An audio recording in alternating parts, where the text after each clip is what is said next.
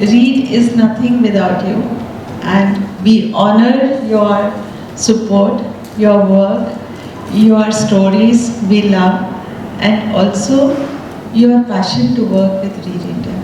It's a very, I should say, big journey.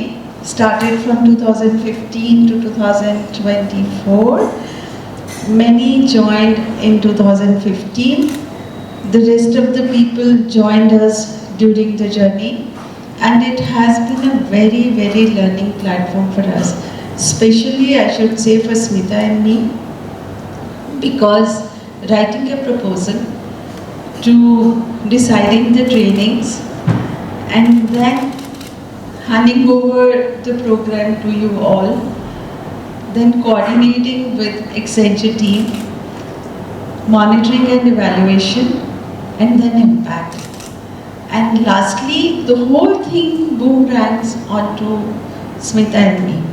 जो leaders हैं वो ही विजनरी भी बनते हैं और वो भी अपना मिशन भी तय करते हैं। तो आप लोग ही बताएंगे हमें कि हमारा फ्यूचर क्या है सबका। आपका फ्यूचर रीड इंडिया के फ्यूचर से जुड़ा है, तो अभी रिवर्स हो गया। आप अपना फ्यूचर डिसाइड करेंगे, डिफाइन करेंगे, तो रीड इंडिया का फ्यूचर डिफाइन होगा। So this is the 9th year. तो जो लोग शुरू से जुड़े हुए हैं, एक राउंड ऑफ अप्लॉज अपने लिए, बहुत सारे काम हम ऑलरेडी कर चुके हैं। अब नया क्या करें, ऐसा क्या करें जो कम्युनिटी में, उसी कम्युनिटी में रह के हम और ज़्यादा कर सकें। दो रास्ते हैं, या तो हम कम्युनिटी चेंज करें या तो हम स्किल चेंज करें। स्किल चेंज करने की कोशिश हमने करी थी, वो एक्सेप्ट नहीं हुई। उन्होंने बोला कि जो रीड इंडिया है उसको हम माइक्रो एंटरप्रेन्योरशिप के रूप में ही देखते हैं, क्योंकि आपकी स्ट्रेंथ महिलाओं के साथ है और महिलाओं और लड़कियों को हम जिस रूप में हम शोकेस करना चाहते हैं इस ग्रांट के ज़रिए से, आपकी बहुत सारी स्ट्रेंथ हो सकती है, बट एक्सेंचर की जो हमारे से एक्सपेक्टेशन है वो है माइक्रो एंटरप्रेन्योरशिप। तो हमने कुछ नई स्किल्स प्रपोज करी थी जो कि 21st सेंचुरी स्किल्स थी, जिसमें कि टेक्नोलॉजी से या फिर ब्यूटिशियन से या इस तरह की स्किल्स हमने लास्ट ईयर भी कोशिश करी थी, इस साल भी करी थी, बट वो एक्सेप्ट नहीं हुई। इनफैक्ट माइक्रो एंटरप्रेन्योरशिप को हम कई जगह पे उतने अच्छे से नहीं दिखा पाए, तो वो ग्रांट जो थी करीबन 30% कट भी हो गई थी। जो हमने पिच करा उससे करीबन 30% वो ग्रांट कम कर दी गई। तो अब हम स्टिचिंग एंड सूइंग बेसिक से काफ़ी आगे बढ़ चुके हैं, यानी कि गारमेंट मेकिंग। तो गारमेंट मेकिंग क्यों? क्योंकि अल्टीमेटली ऑब्जेक्टिव तो यही है ना कि स्टिचिंग सूइंग सीखने के बाद वो गारमेंट मेकिंग में जाएँ। कुछ सेंटर्स पे शायद विजय ने विजिट भी किया है और वो हमारे साथ इस साल जुड़ के हमको बताएंगे कि फिनिशिंग कैसे करनी है, प्रोडक्शन ड्रिवन काम कैसे करना है। एक सूट बनाना और एक दिन में 10 सूट बनाना, एक शर्ट बनाना एक दिन में 10 शर्ट बनाना, ये line what ever system that he will share with us. तो जिन बेनिफिशरीज के साथ, स्टेक होल्डर्स के साथ, ट्रेनीज़ के साथ आप उनका इंटरव्यू करा रहे हैं, उनको थोड़ा सा ये बताना है कि झिझकिए मत बताने में कि आपको क्या फ़ायदा हुआ है, क्योंकि उस एक पर्सन के इंटरव्यू से पूरी ऑर्गेनाइजेशन का जो एक आउटलुक है उसको डिफाइन कर दिया जाता है। तो why we started this training? आपको क्या लगता है कि ये ट्रेनिंग्स हमने क्यों करनी शुरू करी? सबसे इम्पोर्टेंट चीज़ ये है, उसको बात मिल जाता है और कोई हाथ पकड़ के चलने वाला कभी नहीं मिलता। और रीड इंडिया ऐसा है जो एक बच्चे को घर से उठा के start. So the point is कि उसको एक अपॉर्चुनिटी देना कि शायद वो आगे जाके सेल्फ सस्टेन कर सके। जब प्रोजेक्ट को लेके जाते हैं, मैम ने बहुत बढ़िया क्वेश्चन किया था कि ऑब्जेक्टिव क्या है हमारा। अगर हमारे ऑब्जेक्टिव समझ में नहीं आ रहा है तो प्रोजेक्ट इम्प्लीमेंट करना बहुत ही दिक्कत है। उनके पास क्वालिटी जो अंडर प्रिविलेज है, जो नीडी है, जिसको ज़रूरत है, ऐसे नहीं कि किसी को भी पकड़ के लिया है और करा। अब उसको जिसको ज़रूरत है उसको फिर एम्पावर करा, स्किल्स दिए और फिर उसने फिर आपकी जो लाइवलीहुड है, जो इनकम है वो जनरेट करना शुरू कर दिया। उससे क्या होता है, फिर उसने अपना स्टैंडर्ड ऑफ लिविंग बढ़ाया, उसने अपना एजुकेशन बढ़ाई, या दोबारा से स्टार्ट करे या अपने बच्चों की एजुकेशन बढ़ाई। तो ये सारे पॉलिस्टिकली चल रहा है काम, इस पर्पज से हम काम करते हैं। सर मैं उन्हीं को सेलेक्ट करूँगी जिनको पहले से बेसिक कोर्स आता होगा, क्योंकि ये हमारा एडवांस कोर्स है और वो कुछ आगे करना चाहती है। जैसे कोई हम प्रोडक्शन अपने सेटअप पे स्टार्ट कर रहे हैं तो वो अपने 4 या 5 घंटे हमारे सेटअप पे दे सके उस प्रोडक्शन को बनाने के लिए। आप जब ट्रेनिंग मान लें करेंगे गवर्नमेंट में की तो एक महिला को कितने दिन ट्रेनिंग करेंगे, मतलब एक दिन में 4 घंटा अगर प्रोडक्शन के लिए तभी रहेगी, जब वो 4 घंटे ट्रेनिंग लेगी या 5 घंटे ट्रेनिंग रहेगी तो क्या महिला उतनी देर होंगी? मैं जस्ट ये डिस्कस कर रहा हूँ क्योंकि फिर हमें आगे डिस्कस करने की हमारे सिलेक्शन क्राइटेरिया क्या है ट्रेनिंग के। जिनको प्रोडक्शन करना होगा और जिनको थोड़ा सा आगे बढ़ना होगा अपनी लाइफ में, तो वो 4 के 5 घंटे में वहाँ रहेंगे, वरना मुझे नहीं कोई फायदा नहीं है कि बेसिक आधे घंटे सीखे और टाइम पूरा करो और चले, वैसे नहीं। ठीक है। सबसे बड़ी ताकत जो आती है वो आती है डिसीजन मेकिंग, क्योंकि जैसे ही वो थोड़ा भी अगर पैसे से चाहे आप किसी को, क्योंकि मेरा भी खुद का पर्सनल भी है और जितनी महिलाओं के साथ मैं काम करती हूँ तो अपना एक्सपीरियंस है कि आप किसी को कितना भी ज्ञान दे दो, कितने भी उसके सेशन कर लो, पर अगर वो थोड़ी भी इकोनॉमिक रूप से मजबूत हो गई तो वो ऑटोमेटिक वो अपने बच्चों को भी एक सही दिशा में ले जाएगी, सारे घर को मतलब मेंटेन कर लेंगे, तो वो सीख के कुछ काम कर सके, कुछ इनकम जनरेट करे और सेंटर को भी मतलब एक मजबूत करने की दिशा में भी कुछ काम कर सके। We are 100% focused on building the capacity of the local, building resilient communities, training them, providing them opportunities, skilling them, making them earn money. But हमें ग्रांट जो 2015 से शुरू हुई थी वो इसलिए हुई थी कि रीड के सेंटर्स कैसे सेंसस के, वो जो कंपोनेंट है वो हम बिल्कुल भी नहीं सोच रहे हैं, हम उसके ऊपर ना चर्चा कर रहे हैं और ना ही उसको एक केंद्र बिंदु बना के बात कर रहे हैं।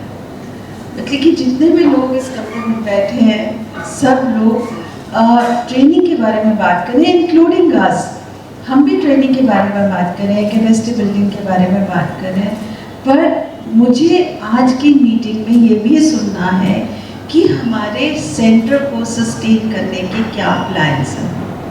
हमने जो इतना काम किया है पिछले 5-6 साल, उसमें हमारी ह्यूमन कैपेसिटी क्या बिल्ड हुई है जिससे हम सेंटर को सस्टेन कर सकते हैं। 2 चीज़ लेकर चलें, तो सेंटर के सस्टेनेबिलिटी की और एक ट्रेनिंग की, दोनों को कंबाइन नहीं करें, नहीं तो आप कंफ्यूज होते रहेंगे और फिर सेंटर का भी सस्टेन नहीं होगा। बेनिफिशियरी हमारी कैसी होनी चाहिए? सबसे पहला पॉइंट है कि जो भी बेनिफिशियरी हो आपकी कम्युनिटी से हो, ऐसा नहीं कि आप रह रहे हैं यहाँ पे और 10 किलोमीटर दूर से किसी को रजिस्टर कर लिए और वो 2 दिन आई, 3 बाकी नहीं आई, उनकी ट्रेनिंग नहीं हुई, ऐसे भी हुए हैं पहले, तो ऐसा नहीं होना चाहिए। ठीक है, जहाँ पे आप ट्रेनिंग कर रहे हैं वहीं से अगल बगल से हो कि जिससे कि वो आकर के सही से ट्रेनिंग लें।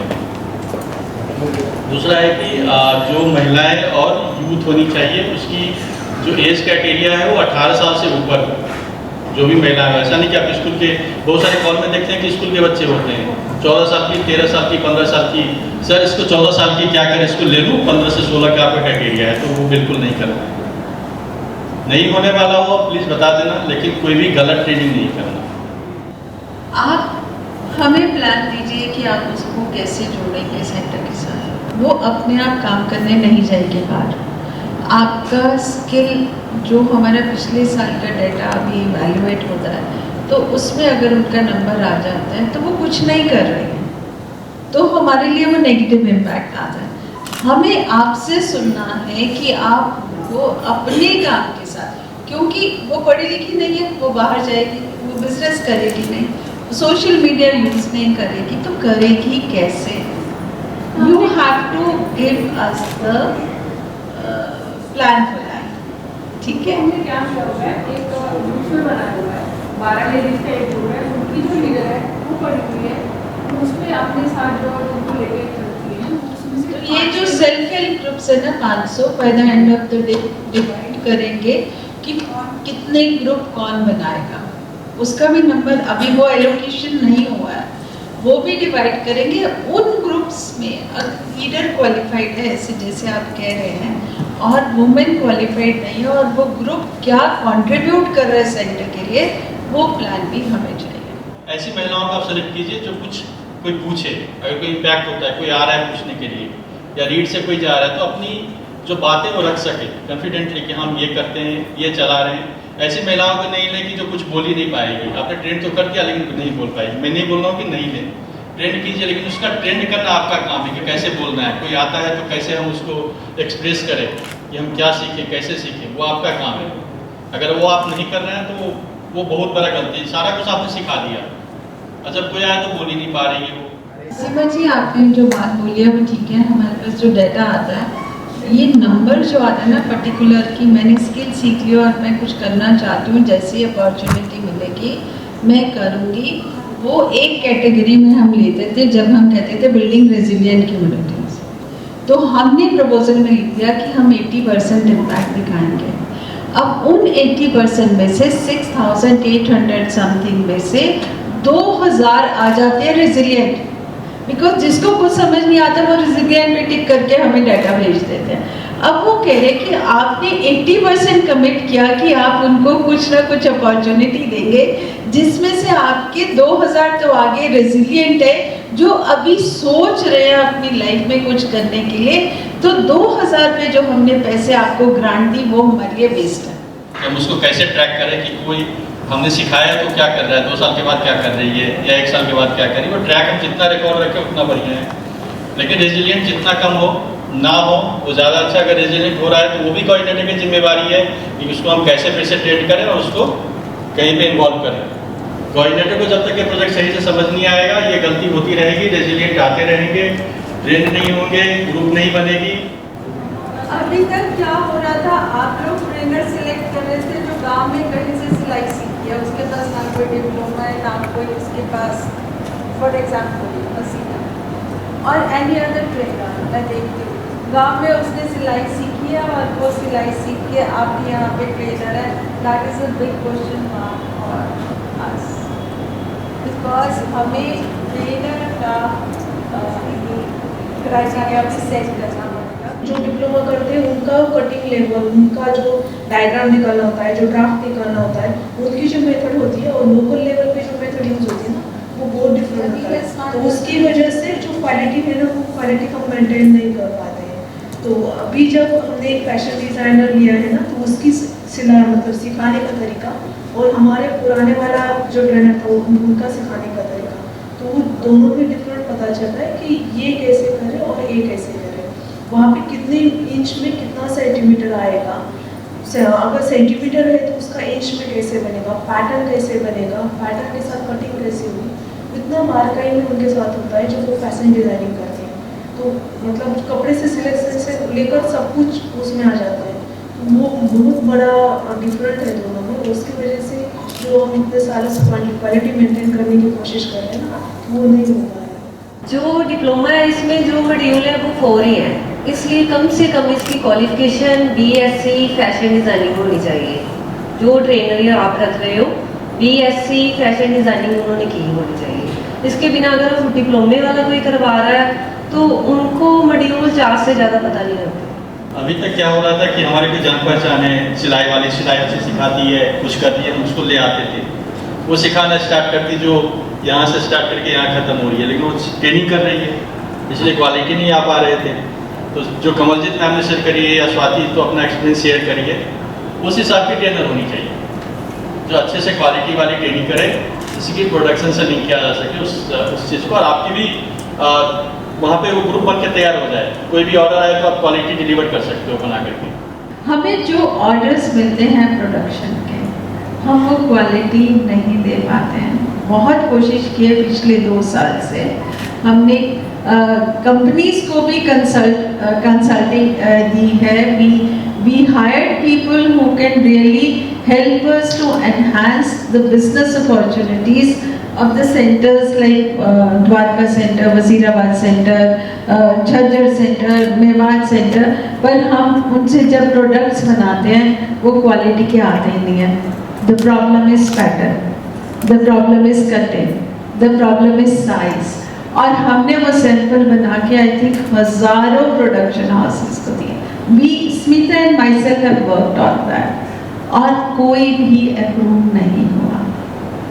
ये बहुत बड़ा चैलेंज है हमारे हाथ में, इसको एड्रेस करना बहुत ज़रूरी है। और मैं अपनी टीम को भी कहती हूँ कि हम इतने रिसोर्सेज लगा रहे हैं और हम अभी भी 10वें साल में जा रहे हैं और हम अभी भी रीड सेंटर्स को सस्टेन नहीं कर पा रहे हैं। सबसे बड़ी प्रॉब्लम है कोई बाहर जाना ही नहीं चाहता, ऑर्डर्स लाना ही नहीं चाहता, मार्केट एक्सप्लोर करना ही नहीं चाहता। एवरीथिंग इज रीड इंडिया कर दे हमारे लिए।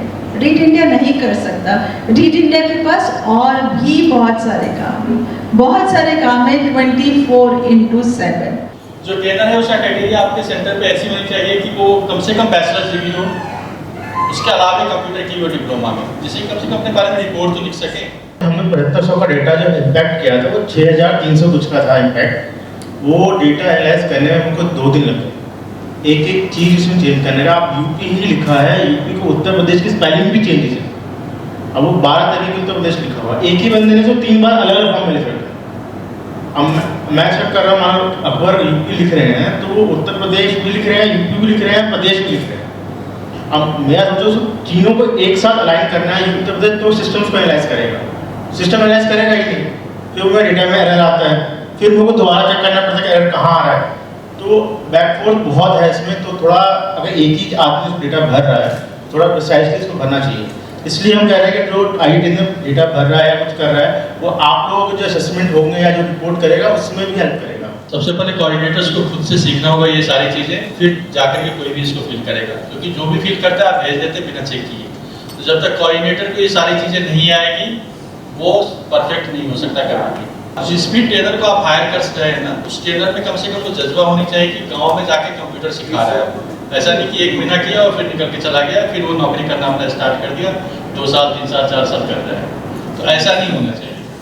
जितने भी ट्रेनर होंगे उनके रोल्स एंड रिस्पॉन्सिबिलिटी क्या है, इसका मतलब ये नहीं कि ट्रेनर जिम्मेवार है। रोल्स एंड रिस्पॉन्सिबिलिटी आपका है, जो ट्रेनर को से आपको करवाना है।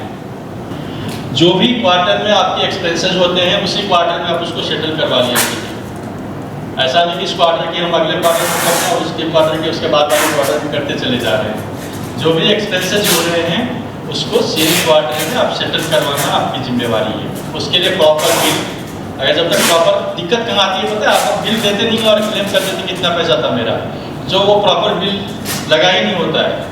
एक अमाउंट तक ना हैंड रिटेन चलता है, एक फिक्स अमाउंट तक, उसके बाद नहीं चलता। मतलब 4000 रुपये आपने किसी को पे किया और एक सादा कागज को उससे साइन करवा लिए तो वो दिक्कत हो जाती है। हाँ, और होता क्या है, पहले जैसे स्पीकर कहते हैं आपने स्कैन करके बिल भेज दिए, उसकी पेमेंट क्लियर हो गई, जब फिजिकल बिल आए तो वो दोबारा क्लेम आ रहा है। तो हमें एक एक बिल चेक करना पड़ता है, स्कैन के साथ, फिजिकल बिल के साथ। See the kind of efforts our team has to put. ये सब चैलेंजेस हम जो आज आपके साथ शेयर करें, don't take it as negative thing, because we have to work collectively for best practices.